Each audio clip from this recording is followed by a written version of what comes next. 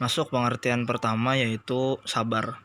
Nah, sabar adalah kuat dalam menghadapi setiap penderitaan maupun segala sesuatu yang tidak disenangi dengan sikap kita ridha dan pasrah sepenuhnya kepada Allah. Nah, bisa juga kita dapat mengartikan bahwa sabar itu adalah teguh hati dan tidak pernah mengeluh dalam menghadapi cobaan dan musibah. Nah, sedangkan menurut istilah, sabar adalah tahan uji dalam menghadapi segala bentuk suka maupun duka. Nah, dengan sikap ridha dan ikhlas seraya berserah diri hanya kepada Allah. Nah, memang sabar itu mudah untuk dikatakan, tetapi sulit untuk dilakukan dalam perbuatan kita sehari-hari. Nah, memang disitulah pentingnya kita dalam hal bersabar. Karena ketika kita bersabar, Allah akan memberikan ganjaran surga bagi orang yang bersabar. Nah, Allah berfirman di dalam Quran surah Al-Baqarah ayat 155 yang berbunyi, A'udzu billahi minasyaitonir rajim. Bismillahirrahmanirrahim.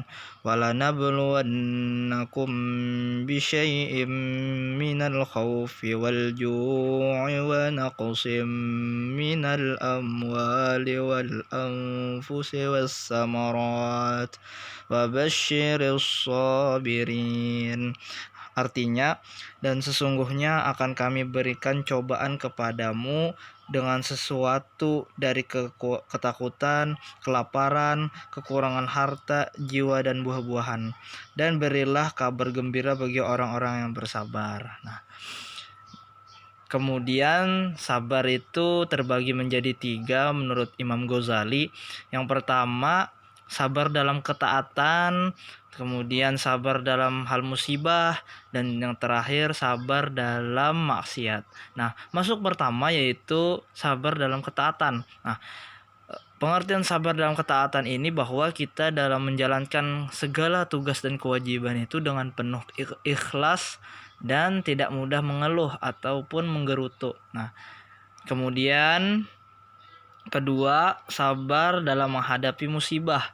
Artinya dalam hal musibah kita dapat bersabar dengan teguh hati dan tabah dalam menghadapi ujian dan cobaan yang menimpa kita, yang Allah berikan kepada kita. Kita harus bisa bersabar. Nah, yang kemudian yang terakhir itu sabar dalam maksiat. Nah, sabar dalam maksiat ini yaitu rela untuk meninggalkan sesuatu perbuatan maksiat dan tidak merasa iri ketika melihat orang lain melakukan kemaksiatan seperti menggibah orang, sabar dalam menggibah orang. Nah, artinya kita sabar tidak melakukan gibah atau mengolok-olok orang atau mengejek-ngejek orang lain. Nah, kita harus dapat bersabar dan kita tidak boleh melakukan seperti hal yang tidak disukai Allah. Nah, masuk dalam dampak positif dari sabar itu ada 5, yaitu sebagai ujian dan keimanan seseorang. Nah, kalau kita lolos dari ujian, maka akan memperoleh kebahagiaan dunia maupun di akhirat. Nah, kemudian merupakan peringatan dari Allah kepada manusia bahwa manusia itu teramat kecil di hadapan Allah. Nah, kemudian membuka jalan bagi terciptanya kehidupan yang damai dan tentram. Nah, lalu berpikir matang karena segala persoalan tidak dihadapi dengan marah-marah. Nah, kemudian yang terakhir mendapatkan balasan kebahagiaan hidup di dunia maupun di akhirat. Nah, tadi masuk di bagian pertama tadi. Ya, kemudian kita masuk pengertian syukur dan pentingnya syukur. Nah,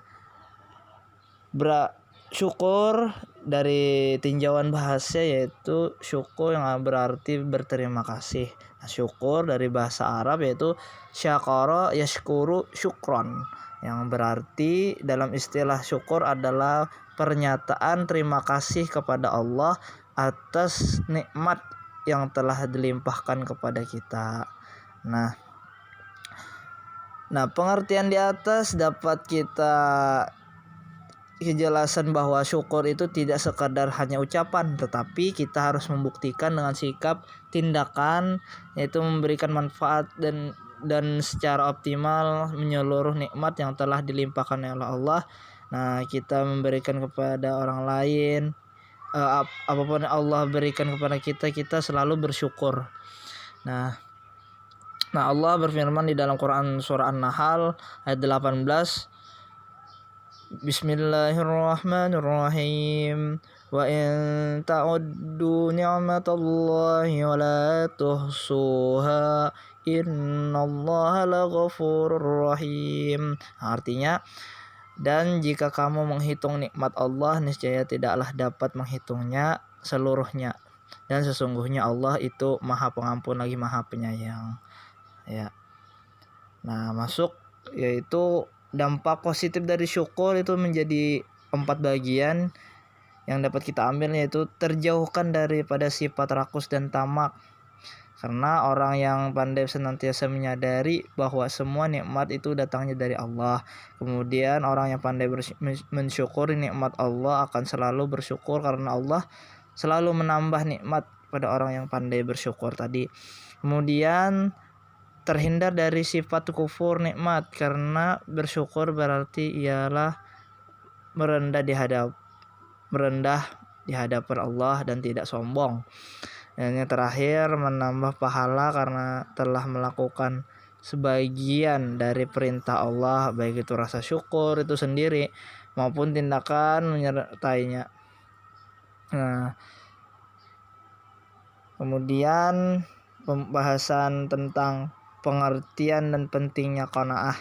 Nah, dalam tinjauan bahasa, qanaah itu adalah merasa cukup. Nah, qanaah itu suatu sikap ditunjukkan dengan senantiasa merasa cukup dengan segala sesuatu yang dimiliki dan menjauhkan diri daripada sifat ketidakpuasan atau selalu dalam kekurangan.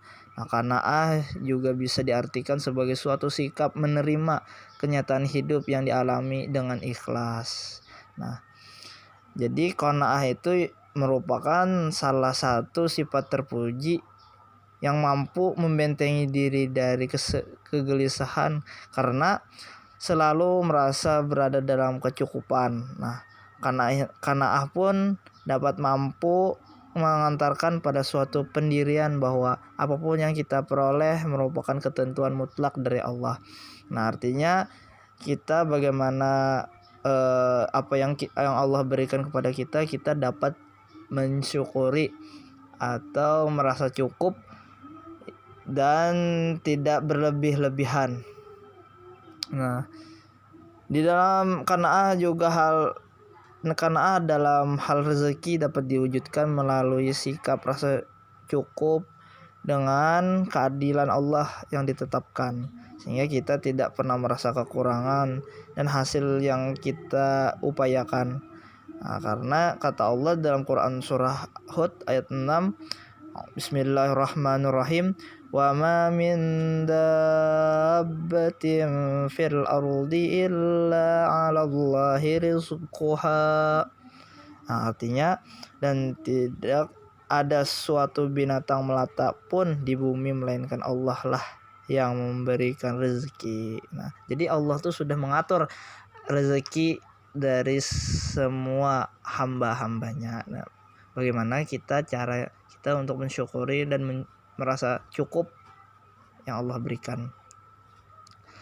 Terakhir yaitu dampak positif qanaah. Nah, terbagi menjadi 5, yaitu menumbuhkan rasa ikhlas atas keadaan yang ada, kemudian mendorong kedekatan kita kepada Allah sehingga jiwa semakin tentram, dan yang ketiga meningkatkan sifat sabar atas segala ketentuan Allah, kemudian mempertebal sikap tawakal kepada Allah, dan terakhir membentengi diri dari segala tipu daya yang bersifat duniawi.